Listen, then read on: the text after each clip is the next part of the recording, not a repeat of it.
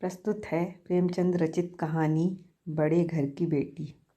बेनी माधव सिंह गौरीपुर गांव के जमींदार और नंबरदार थे। उनके पितामह किसी समय बड़े धन धान्य संपन्न थे। गांव का पक्का तालाब और मंदिर, जिनकी अब मरम्मत भी मुश्किल थी, उन्हीं के कीर्ति स्तंभ थे। कहते हैं इस दरवाजे पर हाथी झूमता था। अब उसकी जगह एक बूढ़ी भैंस थी, जिसके शरीर में अस्थि पंजर के सिवा और कुछ शेष न रहा था, पर दूध शायद बहुत देती थी, क्योंकि एक न एक आदमी हाड़ी लिए उसके सिर पर सवार ही रहता था। बेनी माधव सिंह अपनी आधी से अधिक संपत्ति वकीलों को भेंट कर चुके थे। उनकी वर्तमान आय 1000 रुपये वार्षिक से अधिक न थी। ठाकुर साहब के 2 बेटे थे। बड़े का नाम श्रीकंठ सिंह था। उसने बहुत दिनों के परिश्रम और उद्योग के बाद BA की डिग्री प्राप्त की थी। अब एक दफ्तर में नौकर था। एक छोटा लड़का लाल बिहारी सिंह दोहरे बदन का सजीला जवान था। भरा हुआ मुखड़ा, चौड़ी छाती, भैंस का 2 सेर ताज़ा दूध वह उठकर सवेरे पी जाता था। श्रीकंठ सिंह की दशा बिल्कुल विपरीत थी। इन नेत्रप्रिय गुणों को उन्होंने BA इन्हीं 2 अक्षरों पर न्यौछावर कर दिया था। इन 2 अक्षरों ने उनके शरीर को निर्बल और चेहरे को कांतिहीन बना दिया था।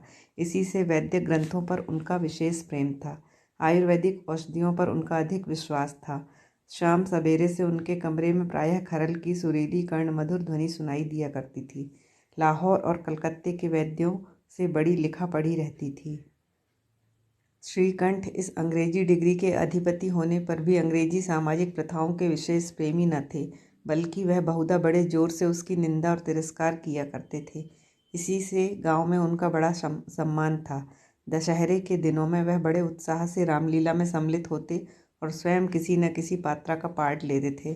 गौरीपुर में रामलीला के वही जन्मदाता थे। प्राचीन हिंदू सभ्यता का गुणगान उनकी धार्मिकता का प्रधान अंग था। सम्मिलित कुटुंब के तो वह एकमात्र उपासक थे। आजकल स्त्रियों को कुटुंब में मिलजुल कर रहने की जो अरुचि होती है, उसे वह जाति और देश दोनों के लिए हानिकारक समझते थे। यही कारण था कि गाँव की ललनाएं उनकी निंदक थीं। कोई कोई तो उन्हें अपना शत्रु समझने में भी संकोच न करती थी। स्वयं उनकी पत्नी को ही इस विषय में उनसे विरोध था। यह इसलिए नहीं कि उसे अपने सास ससुर, देवर या जेठ आदि से घृणा थी, बल्कि उसका विचार था कि यदि बहुत कुछ सहने और तरह देने पर भी परिवार के साथ निर्वाह ना हो सके तो आए दिन की कलह से जीवन को नष्ट करने की अपेक्षा यही उत्तम है कि अपनी खिचड़ी अलग पकाई जाए। आनंदी एक बड़े उच्च कुल की लड़की थी। उसके बाप एक छोटी सी रियासत के ताल्लुकेदार थे। विशाल भवन, एक हाथी, 3 कुत्ते, बाज, बहरी शिकरे, झाड़ फानूस, ऑनरेरी मजिस्ट्रेटी और ऋण, जो एक प्रतिष्ठित ताल्लुकेदार के भोग्य पदार्थ हैं, सभी यहाँ विद्यमान थे। नाम था भूप सिंह। बड़े उदारचित्त और प्रतिभाशाली पुरुष थे, पर दुर्भाग्य से लड़का एक भी न था। 7 लड़कियाँ हुईं और देवयोग से सबकी सब जीवित रहीं। पहली उमंग में तो उन्होंने 3 ब्याह दिल खोल कर किए, पर 15-20 हजार रुपयों का कर्ज सिर पर हो गया तो आंखें खुलीं, हाथ समेट लिया। आनंदी चौथी लड़की थी। वह अपनी सब बहनों से अधिक रूपवती और गुणवती थी। इससे ठाकुर भूप सिंह उसे बहुत प्यार करते थे। सुंदर संतान को कदाचित उसके माता पिता भी अधिक चाहते हैं। ठाकुर साहब बड़े धर्म संकट में थे कि इसका विवाह कहाँ करें। ना तो यही चाहते थे कि ऋण का बोझ बढ़े और न यही स्वीकार था कि उसे अपने को भाग्यहीन समझना पड़े। एक दिन श्रीकंठ उनके पास किसी चंदे का रुपया मांगने आया। शायद नागरी प्रचार का चंदा था। भूप सिंह उसके स्वभाव पर रीझ गए और धूमधाम से श्रीकंठ सिंह का आनंदी के साथ ब्याह हो गया। आनंदी अपने नए घर में आई तो यहाँ का रंग ढंग कुछ और ही देखा। जिस टीम टाम की उसे बचपन से ही आदत पड़ी हुई थी, वह यहाँ नाम मात्र को भी न थी। हाथी घोड़ों का तो कहना ही क्या, कोई सजी हुई सुंदर बहली तक न थी। रेशमी स्लीपर साथ लाई थी, पर यहाँ बाग कहाँ। मकान में खिड़कियाँ तक न थीं, न जमीन पर फर्श, न दीवार पर तस्वीरें। यह एक सीधा सादा देहाती गृहस्थ का मकान था, किंतु आनंदी ने थोड़े ही दिनों में अपने को इस नई अवस्था के ऐसा अनुकूल बना लिया मानो उसने विलास के सामान कभी देखे ही न थे।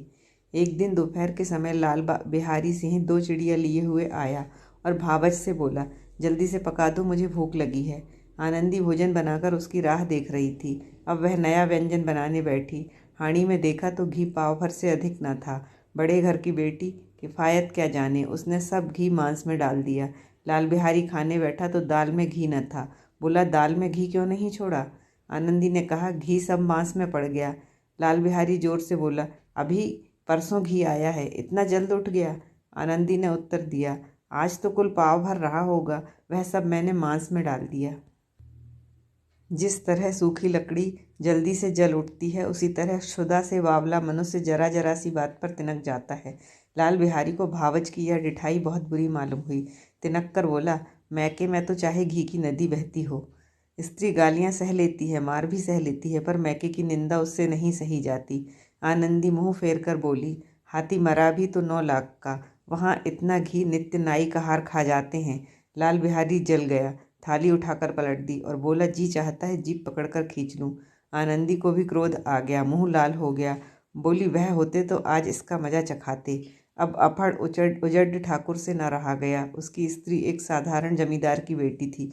जब जी चाहता उस पर हाथ साफ कर लिया करता था। खड़ाऊ उठाकर आनंदी की ओर जोर से फेंकी और बोला, जिसके गुमान पर भूली हुई हो उसे भी देखूंगा और तुम्हें भी। आनंदी ने हाथ से खड़ाऊ रोकी, सिर बच गया, पर उंगली में बड़ी चोट आई। क्रोध के मारे हवा से हिलते पत्ते की भांति कांपती हुई अपने कमरे में आ खड़ी हो गई। स्त्री का बल और साहस, मान और मर्यादा पति तक है। उसे अपने पति के ही बल और पुरुषत्व का घमंड होता है। आनंदी खून का घूंट पीकर रह गई। श्रीकंठ सिंह शनिवार को घर आया करते थे। बृहस्पति को यह घटना हुई थी। 2 दिन तक आनंदी कोप भवन में रही, न कुछ खाया न पिया, उनकी बाट देखती रही। अंत में शनिवार को वह नियमानुकूल संध्या समय घर आए और बाहर बैठकर कुछ इधर उधर की बातें, कुछ देशकाल संबंधी समाचार तथा कुछ नए मुकदमों आदि की चर्चा करने लगे। यह वार्तालाप 10 बजे रात तक होता रहा। गांव के भद्र पुरुषों को इन बातों में ऐसा आनंद मिलता था कि खाने पीने की भी सुधि न रहती थी।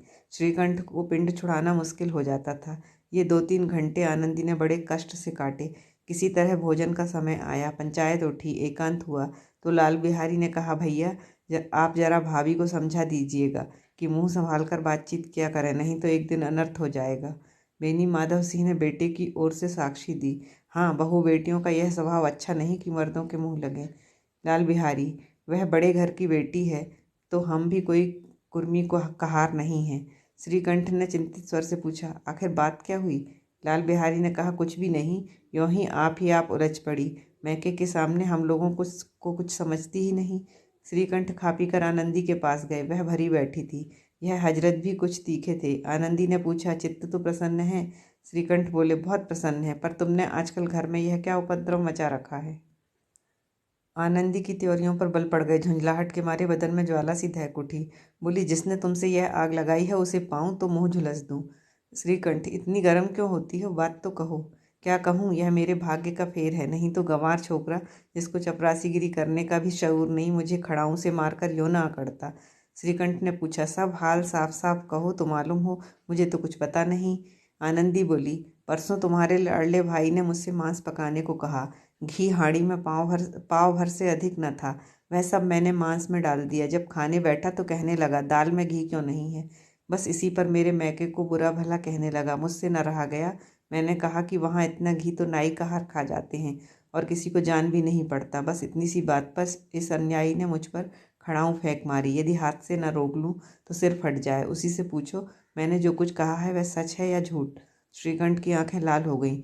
बोले, यहाँ तक हो गया, इस छोकरे का यह साहस? आनंदी स्त्रियों के स्वभावानुसार रोने लगी, क्योंकि आंसू उनकी पलकों पर रहते हैं। श्रीकंठ बड़े धैर्यवान और शांत पुरुष थे। उन्हें कदाचित ही कभी क्रोध आता था।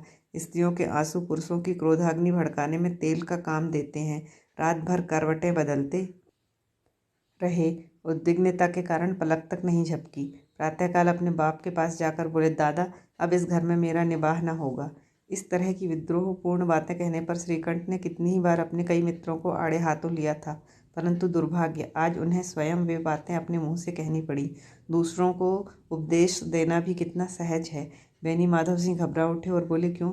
श्रीकंठ बोला, इसलिए कि मुझे भी अपनी मान प्रतिष्ठा का कुछ विचार है। आपके घर में अब अन्याय और हठ का प्रकोप हो रहा है। जिनको बड़ों का आदर सम्मान करना चाहिए वे उनके सिर चढ़ते हैं। मैं दूसरे का नौकर ठहरा घर पर रहता नहीं। यहाँ मेरे पीछे स्त्रियों पर खड़ाऊं और जूतों की बौछारें होती हैं। कड़ी बात तक की चिंता नहीं, कोई एक की दो कह ले, वहाँ तक मैं सह सकता हूँ, किंतु यह कदापि नहीं हो सकता कि मेरे ऊपर लात घूंसे पड़े और मैं दम न मारूं। बेनी माधव सिंह कुछ जवाब न दे सके। श्रीकंठ सदैव उनका आदर करते थे। उनके ऐसे तेवर देखकर बूढ़ा ठाकुर अवाक रह गया। केवल इतना ही बोला, बेटा, तुम बुद्धिमान हो, ऐसी बातें करते हो। स्त्रियां इस तरह घर का नाश कर देती हैं, उनको बहुत सिर चढ़ाना अच्छा नहीं। श्रीकंठ बोले, इतना मैं जानता हूँ, आपके आशीर्वाद से ऐसा मूर्ख नहीं हूँ। आप स्वयं जानते हैं कि मेरे ही समझाने बुझाने से इसी गांव के कई घर संभल गए हैं। पर जिस स्त्री की मान प्रतिष्ठा का ईश्वर के दरबार में उत्तरदाता हूँ, उसके प्रति ऐसा घोर अन्याय और पशुवत व्यवहार मुझे असह्य है। आप सच मानिए, मेरे लिए यही कुछ कम नहीं कि लाल बिहारी को कुछ दंड नहीं देता। अब बैनी माधव सिंह भी गरमाए, ऐसी बातें और न सुन सके। बोले, लाल बिहारी तुम्हारा भाई है, उससे जब कभी भूल चूक हो उसके कान पकड़ो। लेकिन श्रीकंठ, लाल बिहारी को मैं अब अपना भाई नहीं समझता। बेनी माधव सिंह बोले, स्त्री के पीछे? श्रीकंठ ने कहा, जी नहीं, उसकी क्रूरता और अविवेक के कारण। दोनों कुछ देर चुप रहे। ठाकुर साहब लड़के का क्रोध शांत करना चाहते थे, लेकिन यह नहीं स्वीकार करना चाहते थे कि लाल बिहारी ने कोई अनुचित काम किया है। इसी बीच में गांव के और कई सज्जन हुक्के चिलम के बहाने वहां आ बैठे। कई स्त्रियों ने जब यह सुना कि श्रीकंठ पत्नी के पीछे पिता से लड़ने को तैयार है तो उन्हें बड़ा हर्ष हुआ। दोनों पक्षों की मधुर वाणियां सुनने के लिए उनकी आत्माएं तिलमिलाने लगीं। गांव में कुछ ऐसे कुटिल मनुष्य भी थे जो इस कुल की नीतिपूर्ण गति पर मन ही मन जलते थे। वे कहा करते थे, श्रीकंठ अपने बाप से दबता है इसलिए वह दब्बू है, उसने विद्या पढ़ी है इसलिए वह किताबों का कीड़ा है। बेनी माधव सिंह उसकी सलाह के बिना कोई काम नहीं करते, यह उनकी मूर्खता है।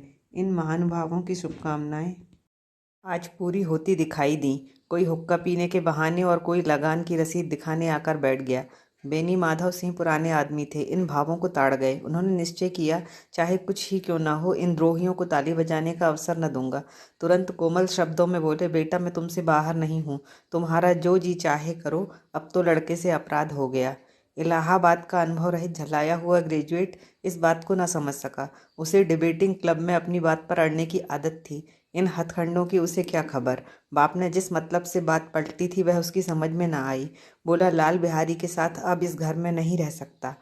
बेनी माधव बोले, बेटा बुद्धिमान लोग मूर्खों की बात पर ध्यान नहीं देते। वह बेसमझ लड़का है, उससे जो कुछ भूल हुई उसे उससे तुम बड़े हो, तुम उसे क्षमा करो।